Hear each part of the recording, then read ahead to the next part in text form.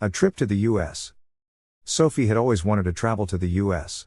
One day, her parents said, "Pack your clothes. You're going on a trip to visit your aunt." Sophie couldn't believe it. She had never flown before. She was excited to have an adventure. Last summer I had nothing special, she thought. But now I can do a trip. She quickly did her packing, dreaming of fun. At the airport, she hugged her aunt. Together they drove to a small diner. Sophie ordered an ice cream and a milkshake. "This is so cool," she laughed. "I want more." But things didn't always go perfectly. One day, she managed to lose her wallet. She was sad and said, "I once lost my school bag, and now this." Luckily, a kind man helped her find it.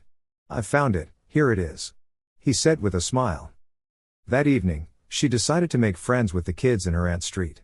At first it was hard, but then she really made a connection. "Perhaps we'll go shopping tomorrow," one girl suggested.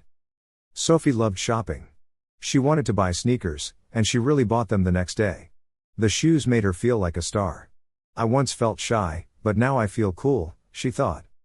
At the fair, she got to meet other teenagers. "We once met at school," a boy said, surprised to see her. They talked and laughed. Sophie finally understood their jokes. "I once understood nothing," she laughed, "but now I get it." She even played games and managed to win. "I once won this teddy bear," she shouted proudly, sitting next to her new friend on the carousel. Every day, she would look for something exciting. Sometimes it was a shop, sometimes a song. One evening they sang karaoke, and Sophie said, "You sing just like Barry." Everyone laughed.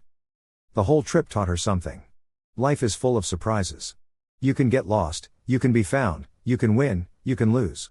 But the most important thing is to meet people, share stories, and never stop dreaming. Sophie smiled. "The US is amazing. I came here for fun, but I found friends, too."